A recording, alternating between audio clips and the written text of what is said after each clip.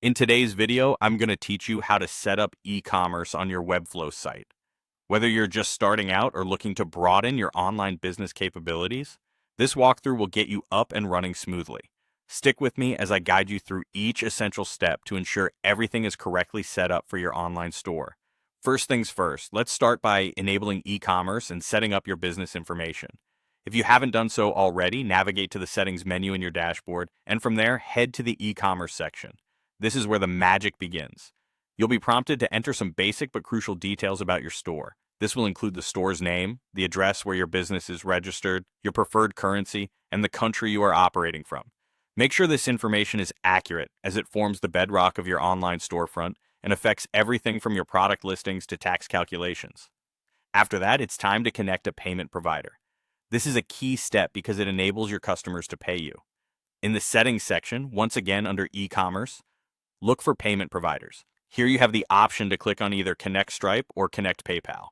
By doing so, you'll be redirected to the payment provider's website where you'll need to log in and authorize the connection to your Webflow account. It's always a good idea to connect both Stripe and PayPal if possible.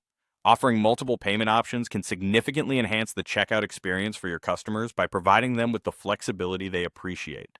With our payment providers set up, we can move on to enabling the checkout process. This is the step where everything you've set up so far comes together. Go back to the e-commerce settings and then click on Checkout. Before you enable this function, double-check that at least one payment method is already connected, as this ensures purchases can be processed smoothly. Once you've confirmed that, look for the toggle button to enable the checkout functionality. Simply click to turn it on, thereby allowing your customers to proceed with making purchases. And there you have it.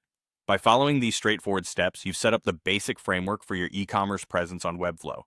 This setup paves the way for adding products, personalizing design elements, and refining your store's functionality to meet specific needs in later stages. Thanks for taking the time to set this up with me today. Stay tuned for more in-depth guides and tips on optimizing your online store.